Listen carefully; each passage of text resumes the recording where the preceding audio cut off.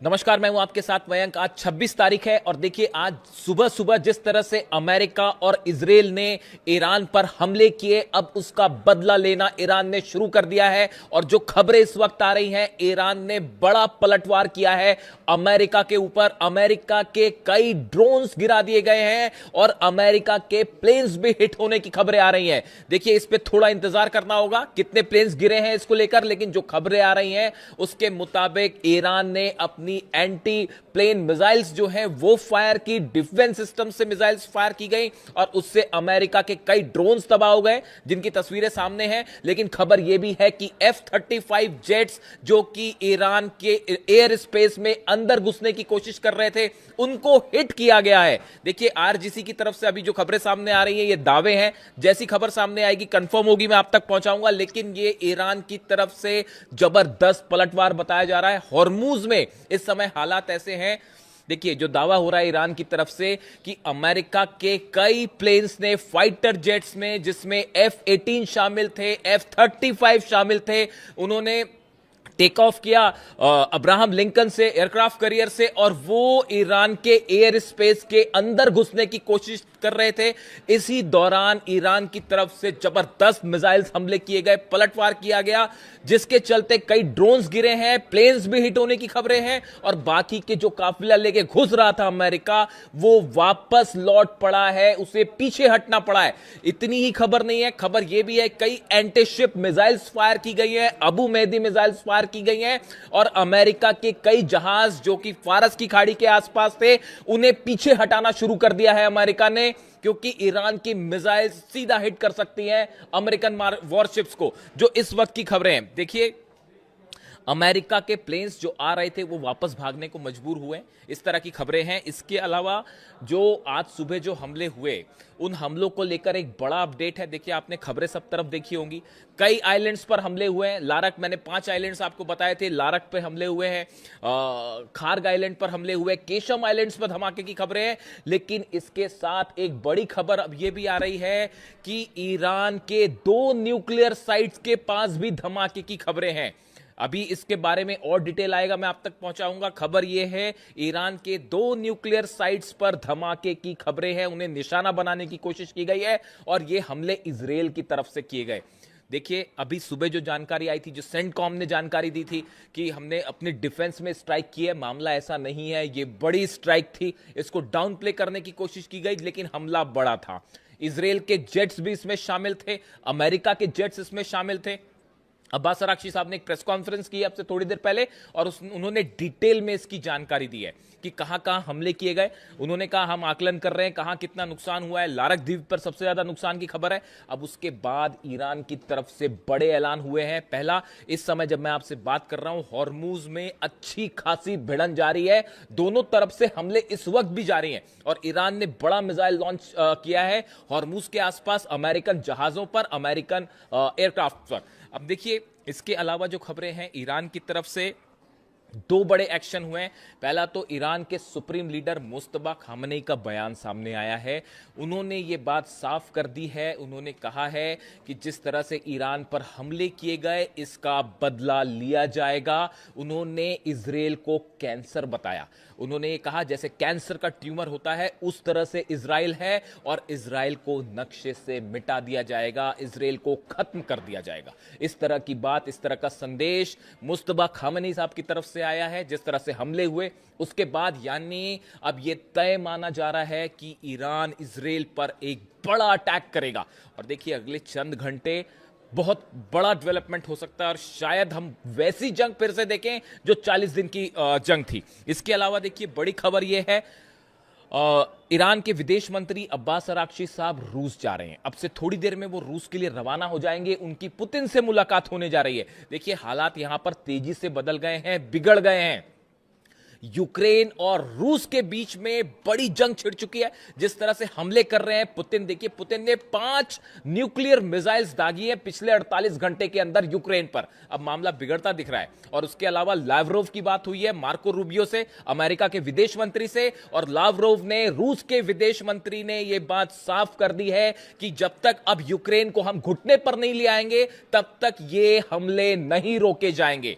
जिस तरह से लुहांस्क पर हमला हुआ, कॉलेज के ऊपर एक डॉर्मेटरी पर हमला हुआ जहां पर स्टूडेंट थे, जिसमें कई सारे स्टूडेंट मारे गए। ये वैसा ही हमला था जैसे मिनाब में स्टूडेंट्स के ऊपर 168 बच्चियों के ऊपर हमला हुआ था, बिल्कुल वैसे ही हमला लुहांस का था, जिसके बाद पुतिन बेहद गुस्से में है। 5 न्यूक्लियर मिसाइल्स फायर की गई हैं, 5 तरह की न्यूक्लियर मिसाइल्स, 5 तरह की न्यूक्लियर मिसाइल्स, इसमें ऑर्शनिक भी शामिल है, कैलिबर भी शामिल है। इन सबको फायर किया गया है यूक्रेन पर, और बिल्कुल वैसे ही जंगी हालात अब देखने को मिल रहे हैं ईरान और अमेरिका के बीच में। देखिए, मैं फिर से इस बात को रिपीट करूंगा, पूरी दुनिया में जितने पत्रकार हैं, जितने न्यूज चैनल्स हैं, जितने पॉडकास्ट चल रहे हैं, सबका स्टैंड ये था कि ईद के पहले हमला नहीं होगा, हज के बीच में हमला नहीं होगा। आप मेरा वीडियो उठा के देखिए, मैंने दावा किया था आपको कि हज के बीच में ही हमला होगा, ईद से पहले हमला होगा। और देखिए, ये खबर एक बार फिर सच साबित हुई।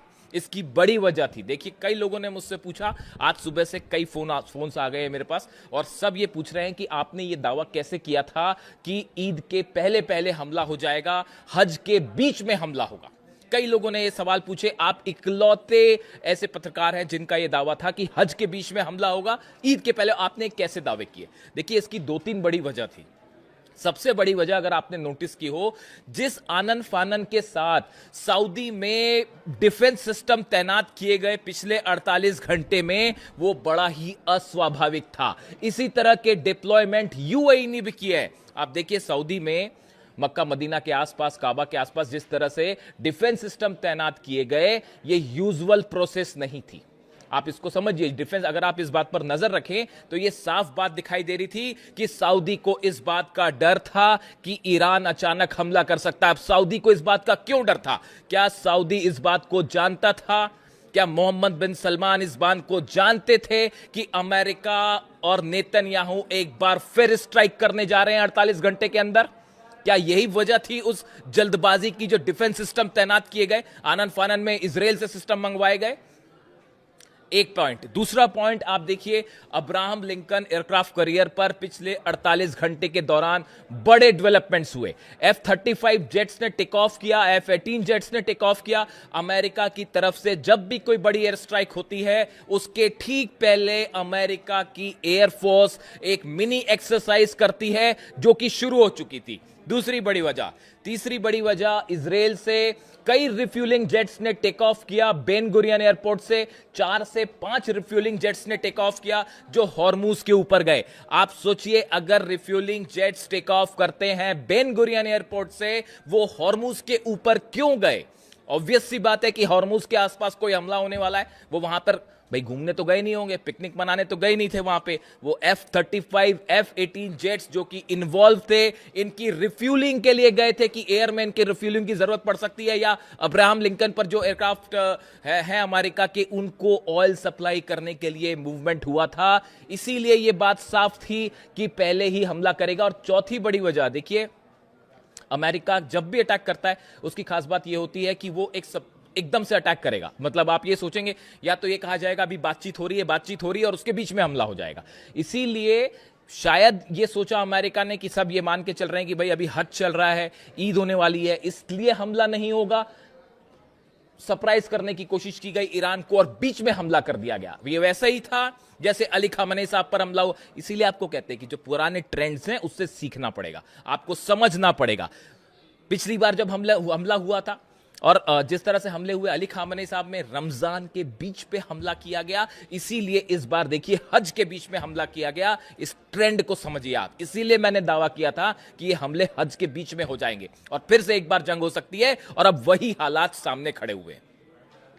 एक बार फिर धोखा हुआ। बड़े सारे लोग मुझसे पूछ रहे थे कि भाई आप डील के पक्ष में क्यों ना हो, किससे डील की जाए और क्या डील की जाए? उनसे जो हमले कर रहे हैं, कैसे डील हो सकती है? बड़े बड़े तमाम दावे हुए, कितने लोग जो है वो खबरें चली कि अब ये डील हो गई है, वो डील हो गई है, ईरान यूरेनियम दे देगा। सब बेसलेस और फर्जी खबरें थी जो फैलाई गई थी पब्लिसिटी स्टंट के लिए। हमने डंके की चोट पे बात कही थी कि डील नहीं होगी, ईरान यूरेनियम देने का कोई सवाल ही नहीं है। और देखिए ये खबर भी साबित हुई। याद रखिएगा इस बात को।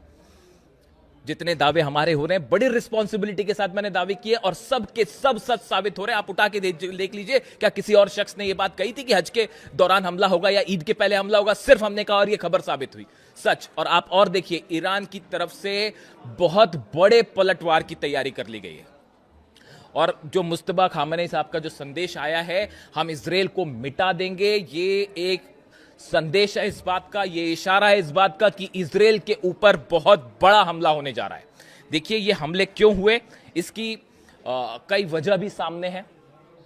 सबसे बड़ी वजह है तो ईरान जो है अपेरेंटली कि भाई ईरान अपना यूरेनियम देने को तैयार नहीं है।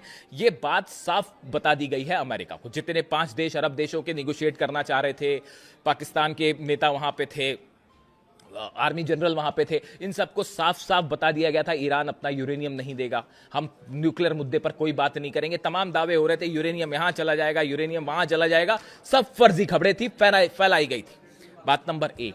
बात नंबर 2, आप देखिए एक बड़ी लॉबी काम कर रही है। आप मेरा कल का वीडियो उठा के देखिए, मैंने कई लोगों के नाम लिए थे जो खबरें हैं वेस्टर्न मीडिया में, खबरें हैं। देखिए मार्क डूडोविट्स डोनाल्ड ट्रंप के करीबी हैं, लिंडसे ग्राहम आप जानते ही हैं, टेड क्रूज, ये वो नाम है, ये इनको बड़ी लॉबी माना जाता है इजराइल की, जो कतई नहीं चाहते कि किसी तरह की डील हो जाए। नेतन्याहू कतई डील नहीं होने देंगे, और अगर डील होती भी है तो उसको फिर से तोड़ दिया जाएगा जैसे 2015 के पैक्ट को तोड़ा गया।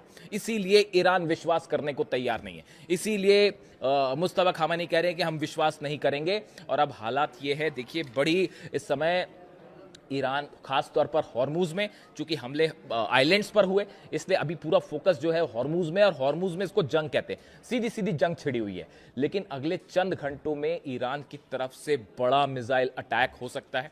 और देखिए अब्बास अराक्ची साहब तुरंत पुतिन से मिलने भी जा रहे हैं, हो सकता है कि इस मुलाकात के बाद एक्शन देखने को मिले। लेकिन फिलहाल ईरान की तरफ से हॉर्मुज में कई मिसाइल्स फायर की गई हैं, और उसमें अभी कितना नुकसान है अमेरिका को, ये थोड़े वक्त पर सामने देखने को मिलेगा। लेकिन अभी हालात ये है कि ये बात साफ हो चुकी है कि कोई डील जैसी संभावना नहीं है, पूरी तरह से खारिज है। अब्बास अराक्ची साहब की प्रेस कॉन्फ्रेंस थी अब से थोड़ी देर पहले, और जो बातें उन्होंने कही, उन्होंने कहा कि हमारे को बिल्कुल बदला लेने का पूरा अधिकार है। उन्होंने कहा इंटरनेशनल लॉ, यूनाइटेड नेशंस के चार्टर को अमेरिका ने तार तार कर दिया है। हम एक बार फिर बात कर रहे थे, इजराइल की तरफ से बीच में ये हमले हुए हैं, तेहरान पर भी हमले हुए हैं, तेहरान के आसपास भी धमाके हुए हैं, 2 न्यूक्लियर साइट्स पर धमाके की खबरें हैं। इसका बदला लेने का हमको पूरा अधिकार है। और अब देखना यह है अगले चंद घंटे में ईरान की तरफ से क्या रिप्लाई देखने को मिलता है। जो भी अपडेट होगा मैं फौरन आप तक लाने की कोशिश करूंगा। कमेंट करके बताइए इस वीडियो को लेकर आपकी क्या राय है। Thank you so much.